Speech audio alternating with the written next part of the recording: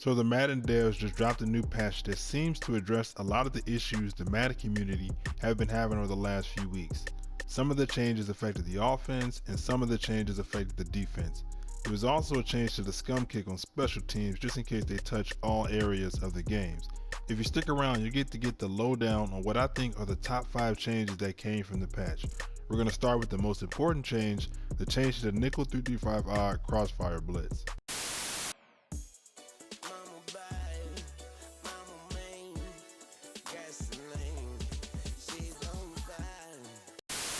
So as you guys know, the nickel 335 odd is probably the most heinous or the most infamous blitz in the game so far.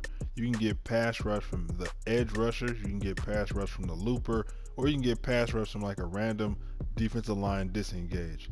So you see here what the change is, they changed the way that the QB contains react on defense. No longer will the QB contains actually come and rush the quarterback. So you see here, this DB Agnew and this linebacker Kennard, if they come free off the edges, they won't go to the quarterback. They're going to sit out there and they're going to just stand in the spot and wait for the quarterback to run to the outside. So the quarterback is pretty much stuck in the pocket because those guys will sit there on the outside.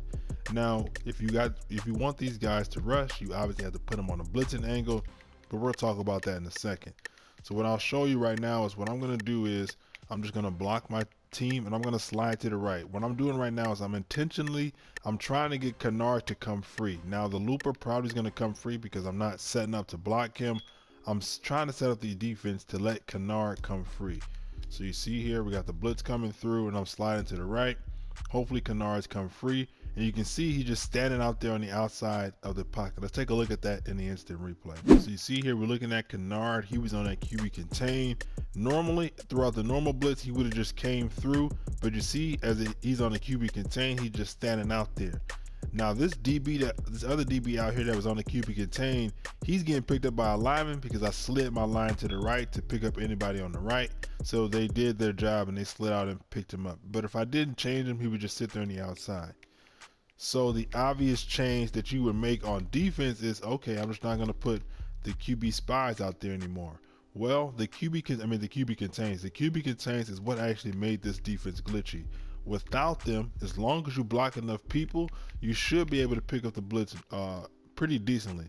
So you see here, I didn't do any special changes, and the blitz was able to get picked up. We got sacked because I didn't move through the pocket or I didn't make a throw, but you see here that the blitz is easily picked up now. Now the blitz is still a good blitz because it's still a 6-man. So if your opponent sends out only 5 routes and only has 5 blockers, you still can get an overload because you would be sending 6 blockers or 6 pass rushers versus 5 blockers. And if you have good defensive linemen like Mean Joe Green or JJ Watt, they still should be able to beat the offensive linemen. But as far as this defense being so glitchy and coming in free all the time, even though you have the same amount of blockers, that's pretty much done. So now we're going to go to the second most important change in my opinion, and that's the scum kick on special teams.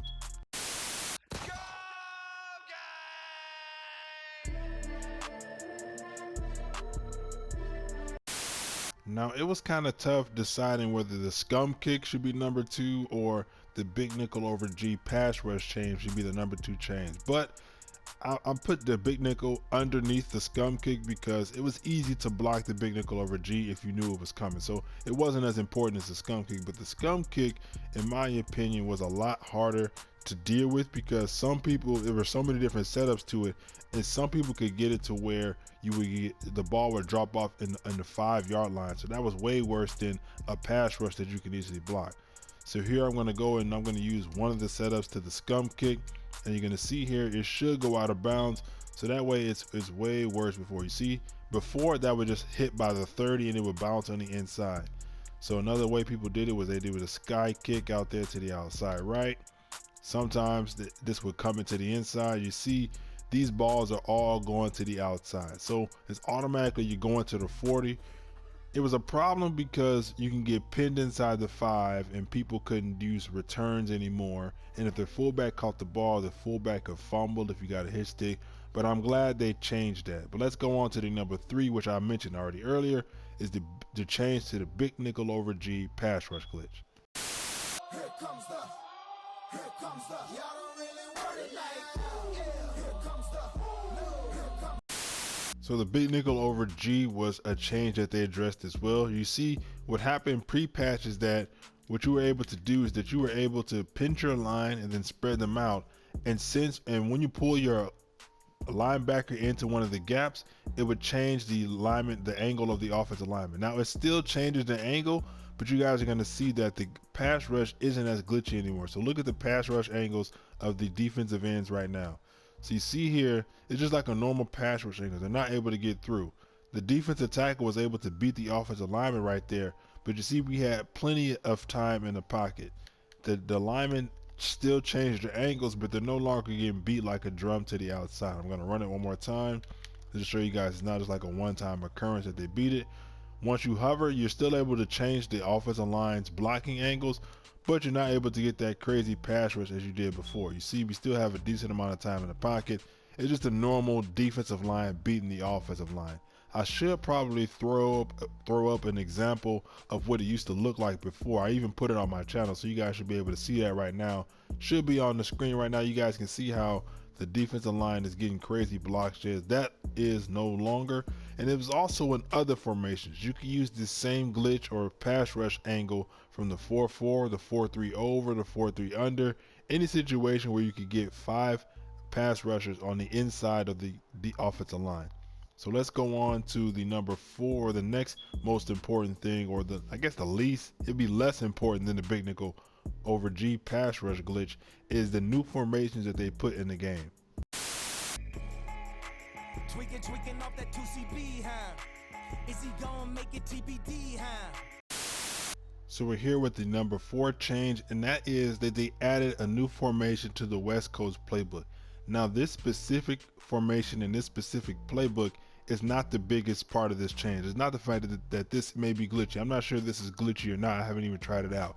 But the fact that they're starting to add formations in place to the game is the real change that we should be looking at here. It's not the specific split pro, the split slide, the split close from like the single back set. It's the fact that they're adding new formations to the game. Now that could be big implications for near and future. Right now they're working on, I know they're working on adding the RPOs or the run pass options that a lot of the NFL players are using right now. But it's pretty hard. From what Clint said in the earlier stream, he said that they have to worry about working on the passing game, the running game, the blocking, and pass defense.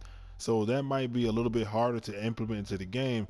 But the newer stuff that you guys see around the NFL, we should be able to start seeing in the game a lot faster, or at least be able to see some new formations that are specific to certain teams be added into the game. Now what this could mean is that maybe not this year, but maybe next year or the year after that, we could get something like the Philly or the Philly special that the Eagles used in the Super Bowl, or something like the crazy trick plays that we see a lot of time in the NFL, some of the crazy wide receiver passes that they're able to add these in instead of just at the beginning of the year. They were able to add these in throughout the middle of the year. So hopefully when they get more technology, they'll be able to add more formations and different types of trick plays throughout the year and as we see them in the league.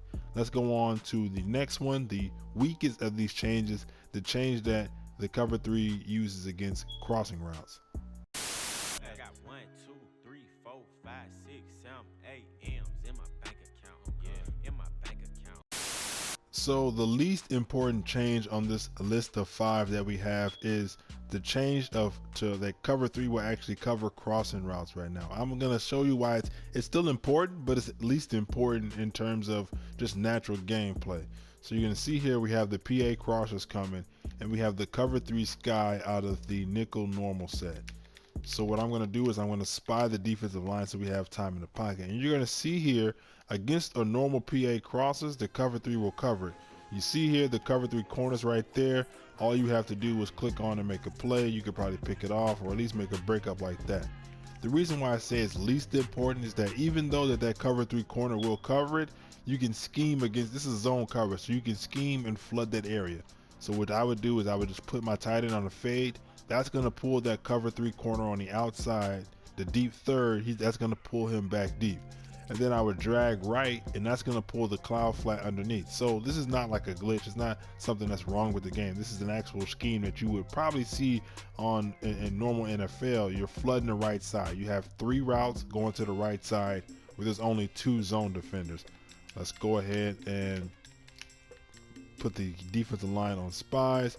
You're gonna see here we're going out there, and you're still able to scheme it open. So I'll put it as the least important change, is that it's a change to the zone logic, but you can still easily use that crossing route. Now, I put out a defense not too long ago on how you can use a cover 3 buzz and cross manning your safeties to stop these crossing routes. I'll probably put up a little preview in the bottom left corner, and I'll throw a card up in the top right corner so you guys can check that out. There is defenses for this.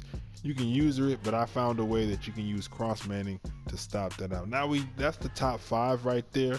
The changes to the 3-3-5 crossfire, the scum kick changes, the big nickel over G, the new formations from the West Coast, and the balance formation, and the changes to the cover 3 crosses. Now, it's only top 5, and the title says top 5, but I have a little bonus for you that they put in the game. It's a little bonus to this video. Let's check that out real quick.